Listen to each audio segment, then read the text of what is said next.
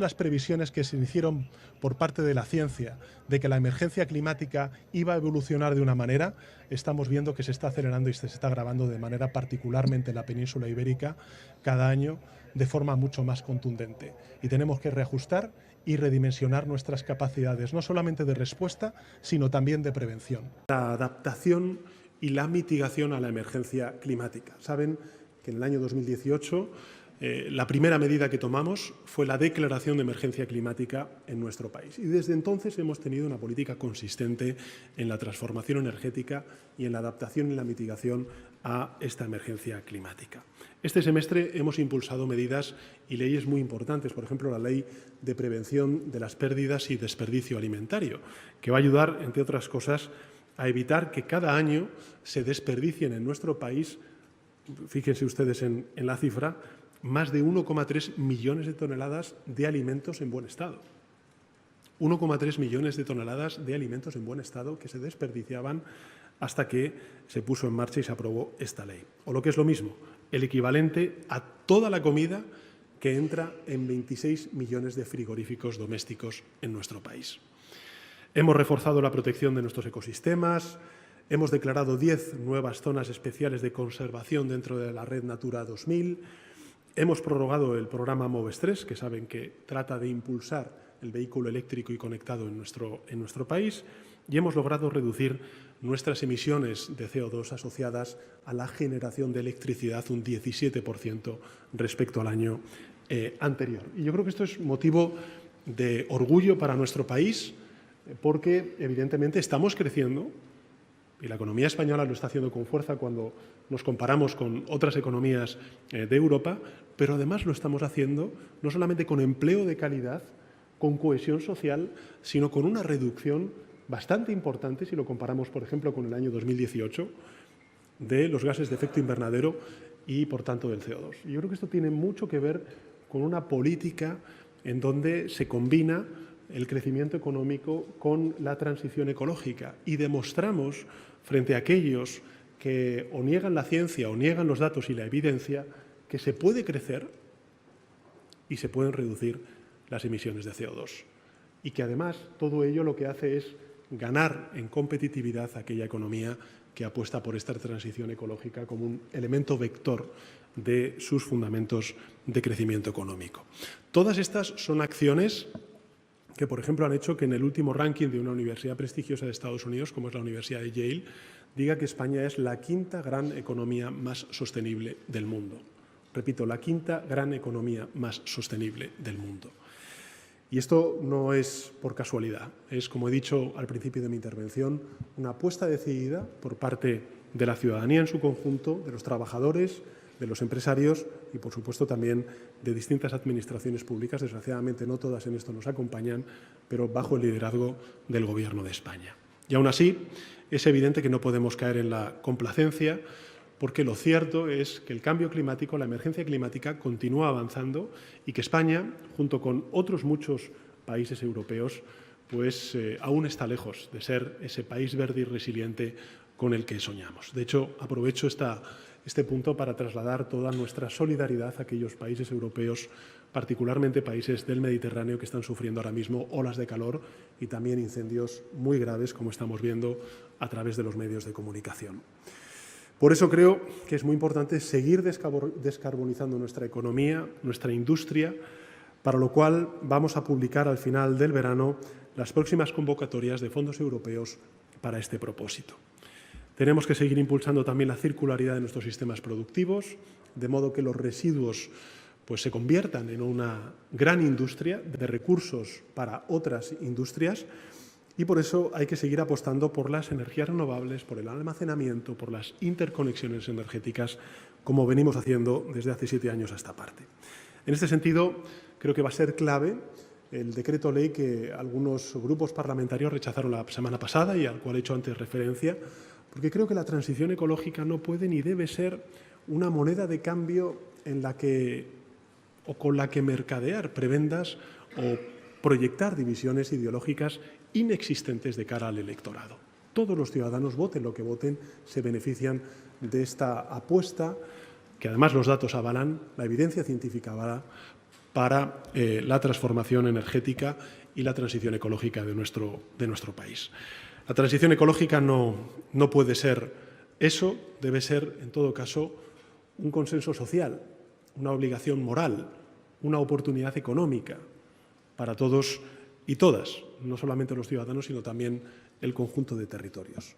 Porque además, como he dicho antes, la experiencia de los últimos años demuestra que puede ser esa transición ecológica uno de los grandes motores de crecimiento, de innovación, de cohesión social y territorial de nuestro país. Por eso, quienes votan en contra de este tipo de reales decretos leyes no votan en contra del Gobierno de España, votan en contra del interés de nuestro país. Y que irán, además, por desgracia, a más como consecuencia del aumento de las temperaturas. Podemos y debemos discrepar sobre muchas cuestiones. Estoy convencido, eso forma parte de la esencia de la democracia. Es legítimo, es necesario, hasta incluso saludable.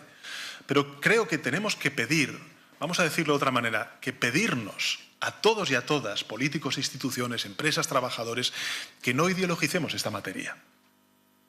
Porque lo que me trasladaba precisamente ese brigadista que estaba luchando directamente contra el fuego durante los incendios de este verano no era una simple opinión, es puro sentido común, puro conocimiento, basado en la ciencia y en la razón. Y creo que este acto, señoras y señores, comparte esta idéntica filosofía porque expresa una mirada larga, una visión de largo alcance frente al mayor reto que tiene la humanidad y, por tanto, nuestro país. Un reto que es existencial. Por eso quiero agradecer de nuevo el compromiso de las empresas que forman parte de esta alianza. Hoy quiero pedirles que sean aún más valientes, que empujen para hacer realidad ese gran consenso de país que necesitamos porque, en fin, no quiero ponerme trascendente, pero nos va la vida en ello. Y este acto de adhesión no es un mero gesto simbólico, por tanto, para ustedes ni tampoco para el Gobierno de España. Es la primera de otras muchas decisiones que van a vincular a la Administración pública, a la Administración General del Estado. Y es un poderoso estímulo de innovación en sectores donde es más difícil avanzar en la descarbonización, como ustedes saben muy bien. Por eso pueden contar con el compromiso absoluto, determinado del Gobierno de España. Les vamos a ayudar a movilizar demanda, les vamos a ayudar a aumentar la oferta de los productos descarbonizados que ustedes puedan crear y accionar todas las palancas públicas que estén a nuestro alcance. Vamos a estar a su lado porque su vocación emprendedora lo merece, pero sobre todo por todo lo que persigue esta iniciativa, que no es más que reducir el volumen de emisiones de carbono en sectores donde es más difícil hacerlo. La ciencia no deja de recordarnos el devastador impacto de las emisiones de CO2 en la alteración del clima. Antes lo ha dicho la vicepresidenta en sus palabras, especialmente en la península ibérica, singularmente en nuestro país, en uno de los más expuestos ante la amenaza climática. Este verano el mar ha alcanzado casi los 30 grados en la costa valenciana. Repito, 30 grados en la costa valenciana. Eso va a tener un impacto evidente en las danas que vamos de nuevo a sufrir en la península ibérica. Muchos árboles, bueno, pues empiezan a perder sus hojas en pleno agosto. Y la vendimia, en un sector tan importante, ya comienza un mes antes el curso escolar. Ciudades como Oviedo, me comentaba el presidente del Principado de Asturias este verano cuando visité uno de los lugares del incendio, superan los 41 grados por primera vez en la historia. Y otras como Sevilla, como Badajoz, pues soportaron más de 40 grados durante más de 30 días.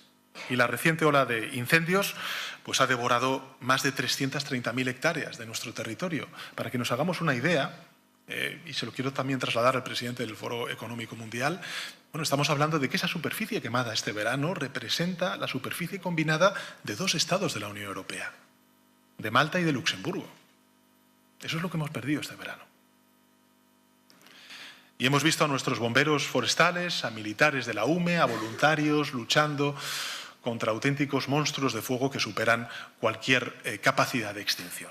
Y no, ni los incendios de este verano, ni la Dana que arrasó Valencia y otras partes de nuestro país, o la Filomena que colapsó Madrid y otras partes de España hace ya unos años son frutos de la casualidad, ni de oscuras tramas, como algunos pretenden hacernos ver. Nuestros montes se han convertido en un polvorín, el mar en una olla de presión y las ciudades en un horno en determinados momentos del año. Esa es la crónica de lo que está pasando, por más que algunos nieguen la evidencia y otros incomprensiblemente callen. El cambio climático, lo dije en el incendio de la Culebra, de la Sierra de la Culebra en el año 2022, el cambio climático mata, así de simple y con toda crudeza.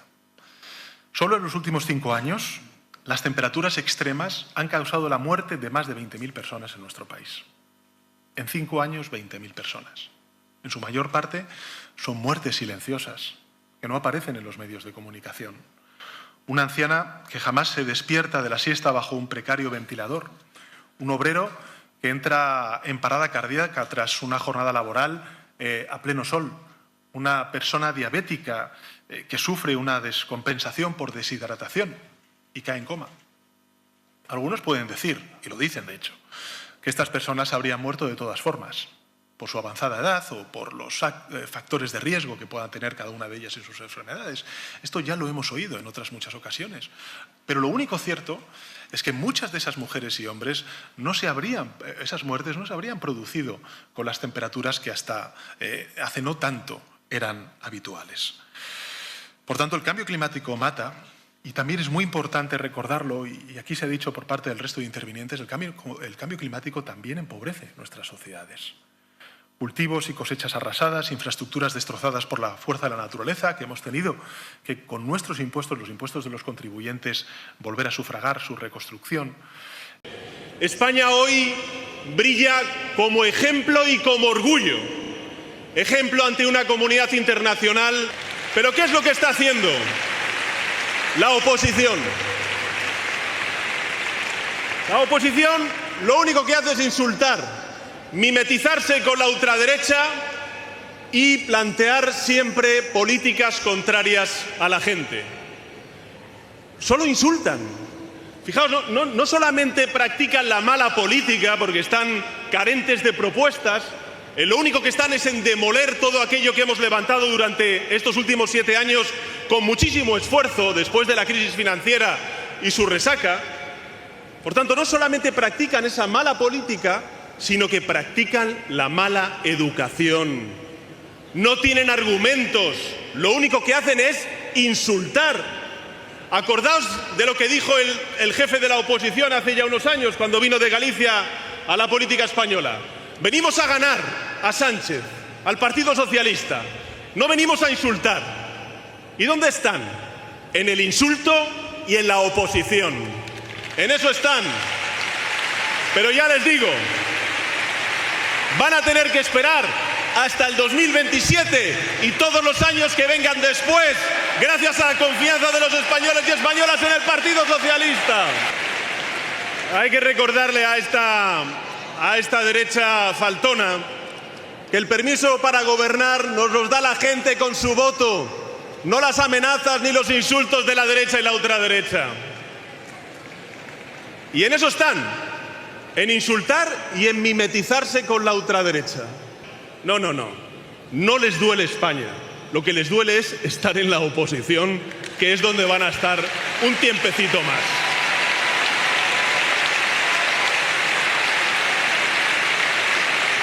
Están en eso. Pero la realidad es la que es.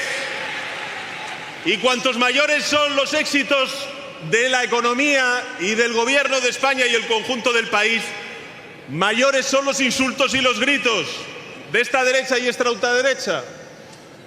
Esta misma semana, el viernes pasado, hablando precisamente de la quita de la deuda que decía María Jesús Montero, una de las principales agencias de calificación de rating mundiales, lo que ha hecho ha sido elevar el grado y, por tanto, la solvencia de la deuda española, que es un sinónimo más, una prueba más de lo bien que está funcionando la economía española, que representa nada más y nada menos en un contexto de atonía de crecimiento económico de los países europeos. España representa el 40% del crecimiento económico de la zona euro. Tenemos 22 millones de afiliados y afiliadas a la Seguridad Social, lo nunca visto. Nunca hemos tenido tantas mujeres ocupadas en el mercado laboral de nuestro país. Estamos reduciendo la tasa de paro, también la juvenil.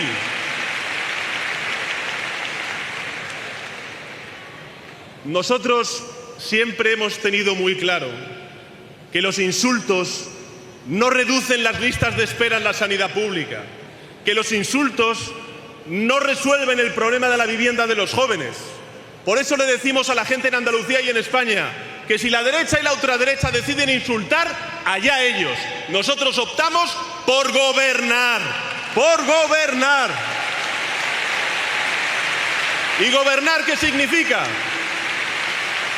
Gobernar significa, en un país y en una tierra como es Andalucía, que ha tenido más de 40 grados durante estas olas de calor que hemos sufrido durante el verano, afrontar un gran pacto de Estado frente a la emergencia climática. Porque la emergencia climática es un hecho incontestable, indiscutible, pese a los terraplanistas políticos. La emergencia climática no va de siglas, va de vidas, como vimos en Valencia el año pasado. Y necesitamos políticas de Estado frente a la emergencia climática. Por eso estamos ofreciendo al conjunto de la ciudadanía un gran pacto de Estado frente a la emergencia climática. Frente a esta realidad de conflictos armados, de emergencias climáticas, de desplazamientos forzosos, de retrocesos en igualdad, de derechos humanos, de retraimiento, de todo lo que tiene que ver con las políticas de salud global, frente a esa realidad, hay quienes aún se preguntan si invertir en cooperación merece la pena. Es un debate que se está abriendo de nuevo en muchas de las sociedades y en muchos de los gobiernos. Si invertir en cooperación merece la pena. Bueno, pues hoy quiero recordar con rotundidad y responder que claro que sí, claro que merece la pena invertir en cooperación. Y no solamente por una cuestión moral, que también, sino porque también es lo más inteligente. ¿O es que no recordamos la pandemia? O hace poco que veíamos de nuevo un brote de ébola en el Congo. Estamos asistiendo de nuevo a estas realidades. Bueno, pues es lo más inteligente. Es invertir en un mundo más estable, más seguro. Esa es la seguridad que merece la pena. No un 5% en defensa, como dicen otros, sino invertir en cooperación, en desarrollo. Eso es proteger también a nuestros conciudadanos, darles horizonte a nuestros hijos y a nuestras hijas que van a vivir en un planeta mucho más seguro. Es cuidar, por tanto, el presente y el futuro de nuestro país. En fin, en las próximas semanas vamos a culminar la reforma de nuestro sistema de cooperación.